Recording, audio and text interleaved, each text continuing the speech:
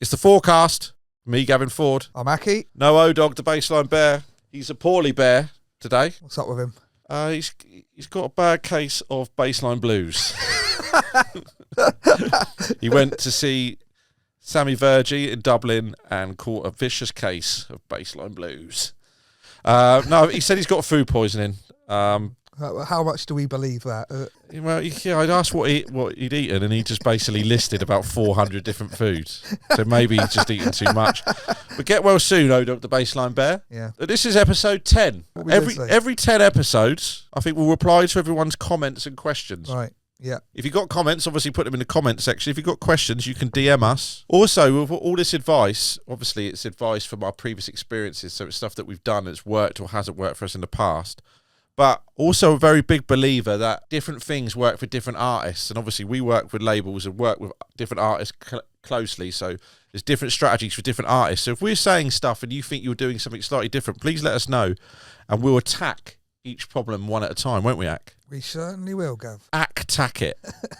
Right, so the first comments are from episode 2, the end of clubbing. If you haven't seen episode 2, we talked about basically the state of clubbing at the moment, and it's not the best, Ak, is it? No, I heard a mad stat the other day, something like in the 90s there was 30,000 something clubs in the UK, and now there's under 1,000. Really? Which is absolutely crazy. That is crazy, because I don't know, I've got another stat that I don't know, but it's like since basically one club a month has shut or something, or 2 months since lockdown. More, I think it's more than that. Since lockdown. Crazy. So, at Lee UHF, which I'll be honest, has done a few comments, so he's going to be coming up. His name's Lot. Thank you, Lee, for watching and commenting.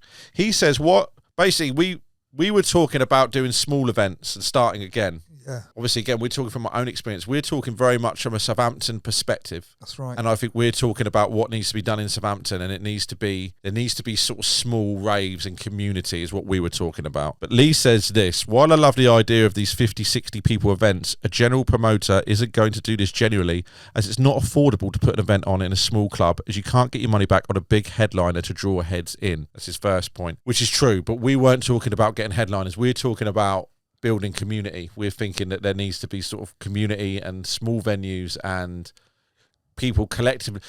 When we first started, you'd go to nights and there'll just be people that are into the same sort of music. Yeah. Garage music was a Tuesday. Indie music was a Wednesday. Do you remember? Yeah. Indie Wednesday. R&B was a Sunday. This is when we very first started. Each sort of, there was, not in the same club, but different clubs had their sort of dedicated nights. And if you're into that sort of music... Yeah, there was a certain day with genres, wasn't there? Yeah, you would go out. Not saying we go back to that, but there was also like, I'm into this, so I go here. I'm into this, so I go there. Rather than, let's go to see this headliner and this thing. And maybe we're going to see this headliner because we've seen them on TikTok or this. It's more a case of a collection of people liking a certain type of music is what we're talking about. Yeah. But we understand, you are 100% rightly, if you're going to put on an event in a small venue, you can't afford a headliner. But we're also talking about the people that are maybe supporting people that are coming up and doing interesting music that we like and giving them a platform and like being a collective people. There's a club in Southampton called Suburbia, which is about 200 capacity. Yeah. And they're doing that. They're doing some... good events, aren't they? There was some great events and great names, and that's pretty much what we're talking about, that sort of stuff, and they're a great range of supporting acts. So if you're from Southampton, check out Suburbia. And then he goes on to say, as you said earlier, people go to these bigger ones only now with wall-to-wall big names. So we were talking in that one about how people go to Warehouse Project or Printworks and its thing, and they got massive lineups, and you can go and see pretty much everyone. And spending £10 on a 200 capacity room with a ton of people they might know, but one headliner doesn't cut the mustard. Again, yeah, you're correct, but we're not talking about a headliner. Well, then again, he says spending £10 on a 200 cap room with a ton of people they might not know, but one headline doesn't cut the mustard. Going back to Suburbia, that's what they're doing. They had 4am crew, which sold out. They seem to be doing it successfully at the minute, don't they, Suburbia? I've seen big crowds going in there for the smaller events, so they'll have like a one kind of, not a massive headliner, but it'll be a headliner. Yeah, well, they did 4am crew, which sold out. They did Hixie, which sold out. They done a hardcore one, which is sold out. Yeah, they've done a few garage ones. We were talking about. David, were you telling us about it? XDBR. That's if you couldn't hear David there. They do. So that's the sort of names we're talking about, and I don't know how much it is on the door, but I assume around £10. I don't know, but I think so. I think it does cut the mustard. But we're talking about different headlines and also being a bit creative, and also going back to actually promoting. So then he goes on to say, it's so tricky at the moment. I love promoting events, but overall the risk factor now is bigger than ever, and lots of acts won't lower their fees to suit those type of clubs, and they only want to play the big ones, which, yeah, again, I agree with. Agents will protect acts because they want them to play at these big venues, because the big venues have the big crowds, have the big content moments, which will lead to the big festivals, and the festivals is where everyone wants to go, because I believe that's where people make their money. I think the festivals, you get big money, you don't have any production costs, you don't have any touring costs really, so you turn up, and that thing, if you do a smaller club, maybe the promoter isn't great or whatever reason that club doesn't fill up, then it looks bad on you and your brand. So doing the big things with the big lineups with the big promoters is a very fail-safe way of doing it. He finishes by saying, adding to that, the most successful small promoters are working at a loss constantly. Oh, he goes on to say, I won't name any, but basically, yeah, promoters, successful small promoters are working at a loss. Again, let's just go on. Again, we'll talk about building community and building things, and also we're talking from a label perspective. We just want people that are into the artists on our label coming to see them for an affordable price. So yeah, we're talking about things. We're not actually talking about a business plan, because a business plan being a promoter probably isn't the best. O-Pringle O says money is a big issue. The way cost has risen for a drink, renting rooms, ticket prices going up even for small events. The average raver hasn't got the money to go to small events as regular as they could when I started clubbing and raving in 2006. Everywhere was rammed. Small events and big ones, as the scene got bigger, prices went up, and they left a lot behind with that. Just want to get clips for TikToks most of the time, so many factors. Yeah, we agree it's become... That's a valid point, very valid point. Yeah. The cost of going out is crazy now, isn't it, you know? Yeah, I mean, if you don't know, Aki goes out...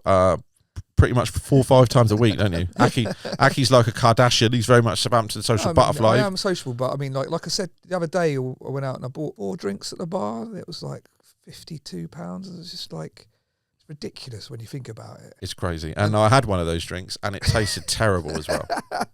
Yeah. So I mean, the cost of going out is ridiculous. I mean, if you're looking at £100 before you even start, don't you? Really, like, to have a few drinks and entry and whatnot, taxis and stuff, it's ridiculous. So if there's any way, like, we can... if people... Obviously, we don't go out as much, and obviously when we do, we're usually playing and stuff. Can people let us know, like, what how much nights out cost? If you go out, what do your last night out cost you? If you go to Suburbia, if you've been to any of these nights at Suburbia, we will find out. We'll look into it, how much the entry was. Yeah, let us know what sort of drinks and things your experiences. We're really interested to know. So yeah, that was episode... Well, also, like, quick, if there's a club night, people will pre-drink now, so the vibe won't kick off till later either. So, like, the club's not busier early, and then people don't get there till 1, and it shuts at 3, and it's like, you get literally 2 hours of power time. The rest of it is like... Which again affects the residents of smaller acts, because they're not getting to play exactly. Sets People in are front not getting of crowds. to see them play and stuff. So it affects it all. So round. First 3 or 4 DJs aren't even getting heard, and then people are probably clearing off after years the headliner. Ago, when we used to DJ, I remember when I used to DJ years ago in Southampton, clubs would do deals for the first 2 hours. They'll do like buy one get one free on certain drinks, and that would bring a crowd in. But I don't see that anymore. Yeah, and also if they had a big act and it was going to sell out, they used to say you have to be in by this certain time. Exactly, there was that as well. The DJs. But if there wasn't such a big act, they'll do drink promotions to get people in. I just don't really see that as much anymore, you know? Yeah, that's true. So episode 4, where we talk about dance music becoming mainstream, at Federico Bassano, which is... That's a great name. It's a hell of a name. He says, right, so one side of the studio is freezing to the point of requiring a puffer jacket, and the other half is warm enough that long trousers would be unbearable. I guess that's the main take from this video. That's because you always wear a coat and Owen always wears shorts. I mean, it is the middle of winter at the minute. Yeah, and it was pretty cold. It would have been December when we did that. Yeah. No, so it was freezing, it was Christmas. And Owen is one of those people that always wears shorts. Yeah, no matter what the weather is. Do you know someone that always wears shorts? There is always people... My dad is actually one of those people who just wears shorts at the earliest opportunity. I was walking through town the other day, and it's like, I was freezing, I had this on, and some guy just strolling through with a pair of shorts on. It's an actual thing. People that just wear shorts all the time and want to wear them all the time is a real thing. Like what is it? What makes you think, oh, I just got to put shorts on? I don't get it. Like, I'm not against shorts, but why do you think I've got to? Like, it's freezing outside. You're a psychopath. You're not a postman. Postmen wear shorts. Postmen wear shorts. What is it with that? But yeah, they don't have to. I don't think it's a requirement. Do postmen have to wear shorts? I don't get. People that wear shorts all the time, let us know what you think. What are you thinking?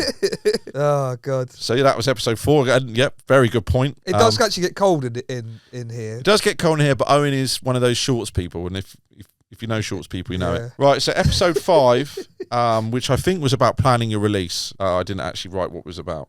Apologies. Our boy at Lee UHF is back. And he was talking about Hyped It. We were talking about we do bootlegs to generate email addresses, and also the Hyped It will push people to follow you on Spotify, but also we get the email addresses, and then we can use the email addresses to promote artists further. But he says, I love the email farming, so he agrees with that, but follows seem to just not happen, considering 99.9% of people just unfollow you or anyhow after, or skip it. I don't agree with that. Our SoundCloud has grown to over 120,000 followers across all the platforms, which is all from that. But I've noticed on the free downloads, so you'll say you'll do a comment and you'll follow them on Twitter or something. If you click on Twitter on the link and come back without following them, it'll still let you download the track. There you go. There's a little hack for you, but we don't push. I'm just saying. Do people know that, and that's why you're not getting the followers? Maybe that might be what he's talking about. We don't push the social media followers. No. Like, I think people want that song, and we push them to Spotify because we want you to hear the originals. Yeah. So they've taken the time to make this bootleg. So you take the time to listen to their originals is kind of the swap, and follow them on Spotify, and then you'll be aware of their releases going forward. That's the swap. I mean, it is Spotify. It's just a tricky one to get followers on Spotify. Yeah, but you could just go on there and listen to them no matter what. Like, to follow is. But yeah, the idea is if you follow someone on Spotify, you kind of follow them forever. Yeah, I get the idea why people don't, because you could just click on it and listen to their music. But I think there needs to be more of an incentive to follow someone on Spotify. I don't know. Yeah, but so that's what Lee says there. So yeah, I don't agree with the social media following. So yeah, people do probably unfollow after. And then he says, also, are you saying here that you put out a radio edit and then put the extended version out as a free download on Hyped It? Does this mean you don't bother putting the extended mix out for DJs on Beatport? We do put the extended mixes out for DJs on Beatport, but what we're saying is on certain releases and for certain artists, we do put the extended remixes out for free, because DJs, if we've got an artist who's more concerned with pushing the streaming, then the extended version, if it charts on Hyped It, it's going to get out to a lot more DJs that might not be aware of them. We put out our vocal drum and bass extended mixes on Hyped It for free, because DJs aren't looking to buy them, and we want people to discover Wavy Soph's voice, for example, or things, or discover to push it back to Spotify. So we do put them out, like a new artist now. We do put out their stuff on Beatport. Sometimes, we just mix. It's just mixing up the promotion. Like, you don't get the money from the Beatport thing, but you're getting the streaming. It depends what your strategy is. But you get to more DJs by making it free download. Maybe it's better something to do early in your career. Maybe not. Like, we're only doing what we do and what succeeded. It's a tricky one, because you want people to stream it. There's certain tracks you want people to stream and DJ, so we put an extended mix. We do it with 4 drum and bass tracks because we don't think people are looking at 4 as we're going to play these records out. We very much make streamable drum and bass, so we make the extended mixes available for free, so people discover it and then so it's a discovery tool. But if we make garage records, I think people know us for like being a bit more dancey with the garage records, so are more likely to buy them. Yeah. But hey, that's just what we do. Episode 7, it's our boy at Lee UHF again. This is about, do pre-save campaigns work? He says, there's also a suggestion that pre-saves go towards potential support editorial inclusion. Although we know how often that happens, that solely cannot be reliable. So yeah, we said that it does go towards potential support. Like, they suggest that it goes towards that. We said we haven't seen any evidence that it's worked. We've put a thing in, and we haven't seen any evidence that Spotify do reward you with editorial conclusion. And we're not saying you shouldn't do pre-saves. We're saying you shouldn't put money into them. Don't spend money on pre-save campaigns. Spend money on ads. Yeah. Then he finishes by saying pre-save also lets you drop it in a current playlist you want. So when I hit pre-save, when I'm logged into Spotify, the option is to add it to my playlists there, equals streams whenever I play it. Plus, it gives that artist a follow, regular listener. Okay, cool. Yeah, we didn't really know how pre-saves work. We've tried, every time we've tried it, it just seems to disappear. So maybe there's a thing. But my thing is, Spotify don't give you the option to create a pre-save link. So if they want people to pre-save it and they reward it, why do they not create the technology to do it? Why is it a third-party thing? Why do I have to go through my distributor or whatever thing is for that? Yeah. So as we said, don't not push pre-saves, especially if you've got an engaged audience. If you've got an audience and they're hanging off your every word on social media, then say pre-save, because people will be excited you've got music coming. And as Lee says here, there is benefits to it, but we're obviously not aware of. And it may potentially go towards supporting it. Do it, but just don't spend money on it. There's much better things to spend money on, and it's expensive to release music. Mm-hmm. So that's all the comments on the first 10 episodes. Thank you very much for watching and commenting. We'll be back in 10 episodes if there's enough comments to watch. So yeah, drop your comments, ask us questions. Yeah, say especially if you've got a campaign coming up and you think there's something we haven't covered and you'd be interested to know about. Like I say, every campaign's different. So yeah, it's always good to hear from other people and their points of view. Yeah, and thank you for those. Yeah, it gives some pushback, and we say we're not always right. We're only talking from our experience. So that's right. Yeah, really appreciate those. Gives us something interesting to talk about. So yeah, that's it. Cool. Well up.